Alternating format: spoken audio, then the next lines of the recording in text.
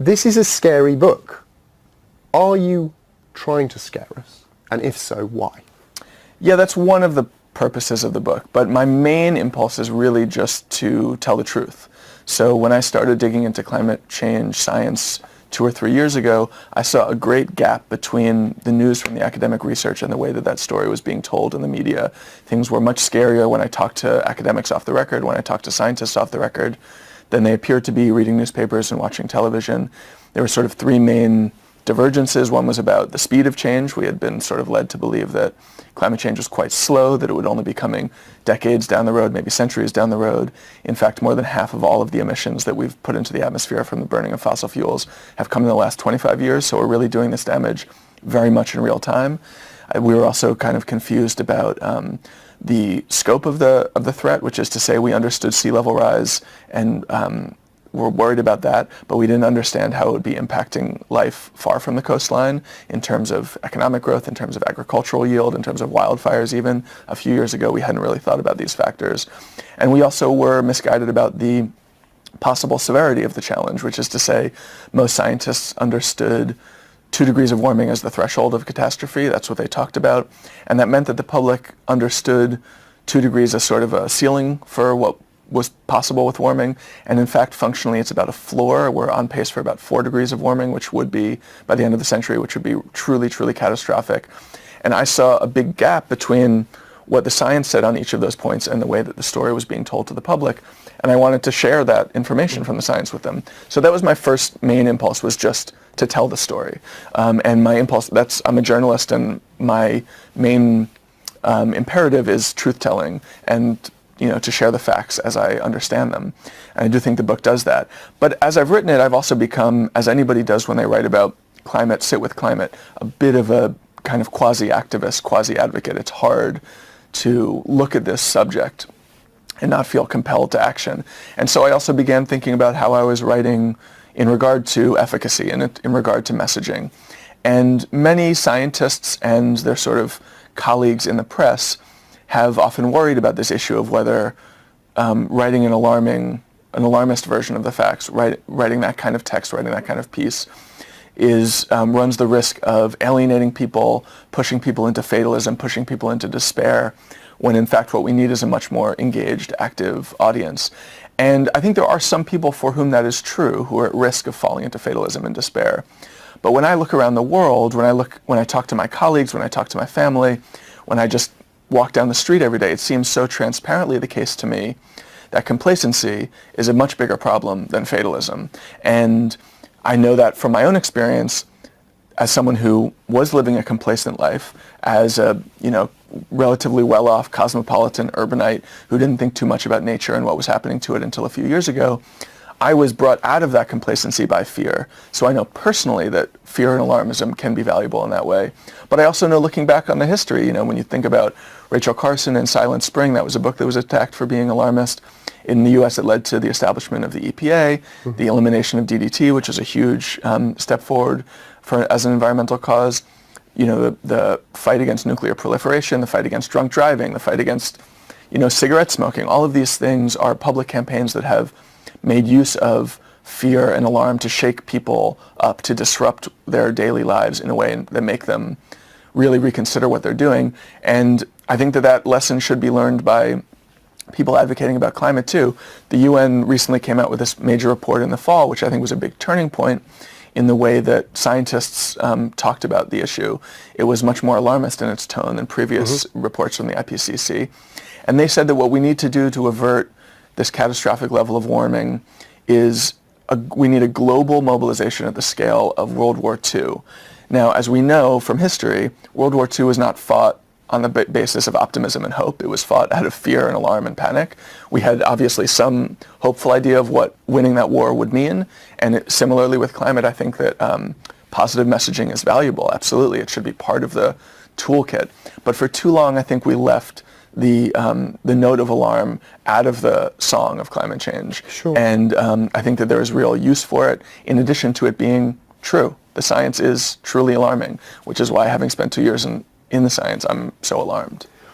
Before we get into some of the very big questions you raised there, what is it, on your journey as you were learning more, what is it that alarmed you most? What hadn't you appreciated before about the climate change story that really struck home with you? Well, the main revelation to me was just how fast it was happening. So, I mentioned more than half of the emissions that we've put into the atmosphere from burning fossil fuels have come in the last 25 years.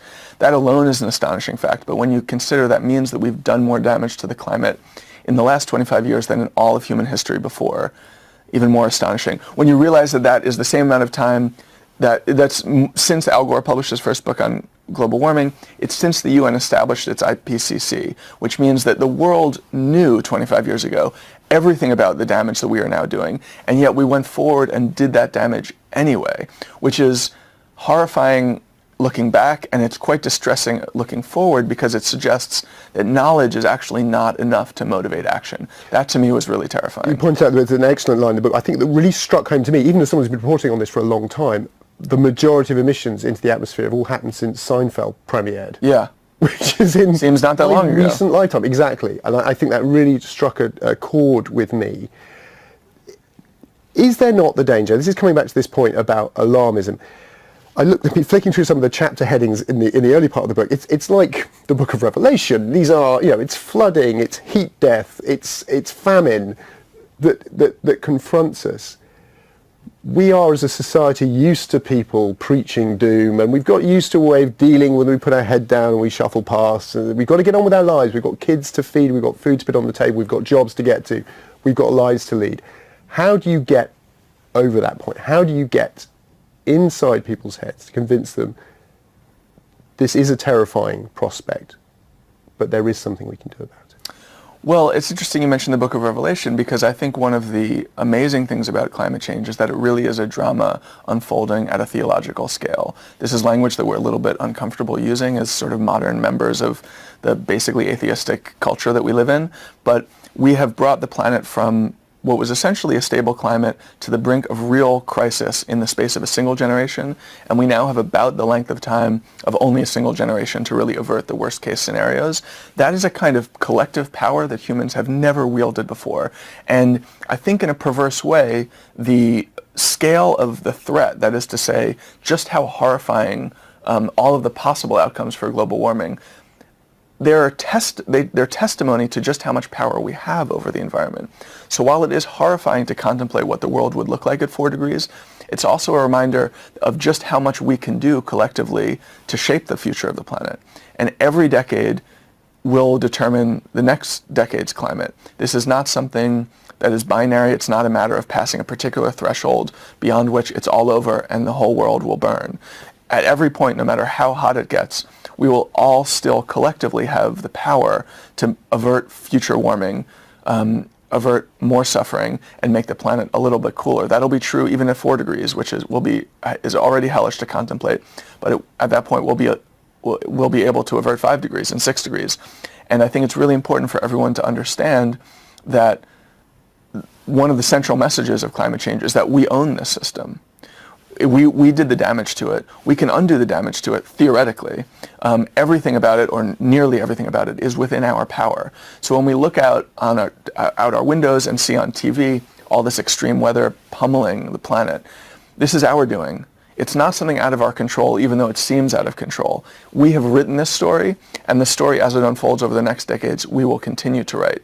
Now, exactly what story we will write is an open question. I think that has a lot more to do with politics, social inertia, our culture, than it does with the science.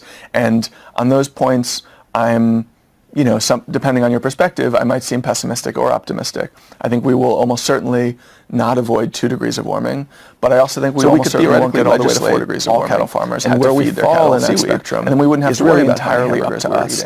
And to me, I just think the empowering message, policy change, rather than a distressing or despairing towers over anything that you and I can do in our individual lives. That while it would be better if you and I behaved better, and as I say, in the same boat as you are, it's so much more important for us to be mobilizing and pushing for political change, because change of the scale that we need is only possible at the policy level. It just simply isn't I still possible drive a for fossil individuals to make fuel-powered that kind of vehicle. difference. We still consume in a way how do we find ourselves now, and how do you think we are now? I don't have one child, I have three. Donald Trump in the White House, who's made his position on climate change more than explicitly clear. How do we ensure those I think in societal Europe, shifts? a How do we level of get there? political We're all in a division that state echoes of what's going on in the sometimes US, I and worry, currently I think it's fair to say we are our responsibilities. too distracted with other I things. think Acting as really individuals, I know if I stopped flying, it wouldn't make countries a like Brazil, tiny bit, one of the great ascendant economies, the ones with so much left to protect, scale. has elected a politician who, likewise, How do we get over that wants to avoid fundamental climate change societal problem? I think This the is a answer depressing politics. time.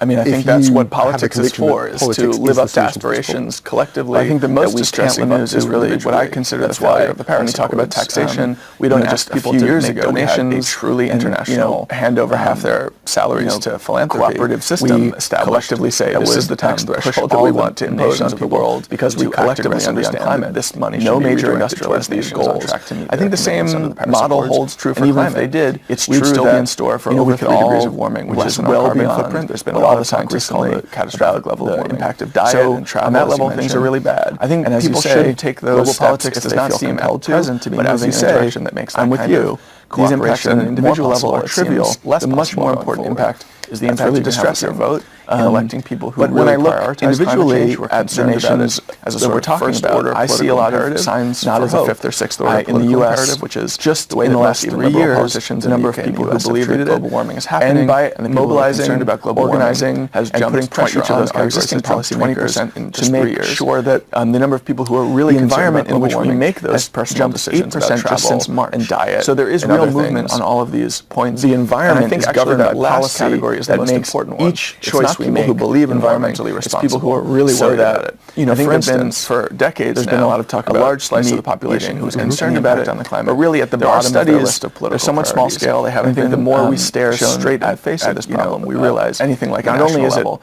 but if you immediately feed cows pressing any seaweed, kind of you can cut their existential methane sense, emissions by but as it much as also 95 or governs everything else 99%. that we care about. Methane politically. emissions are the We're only worried reason about that economic beef is a inequality, climate problem within nations, but also between nations. We're worried about conflict.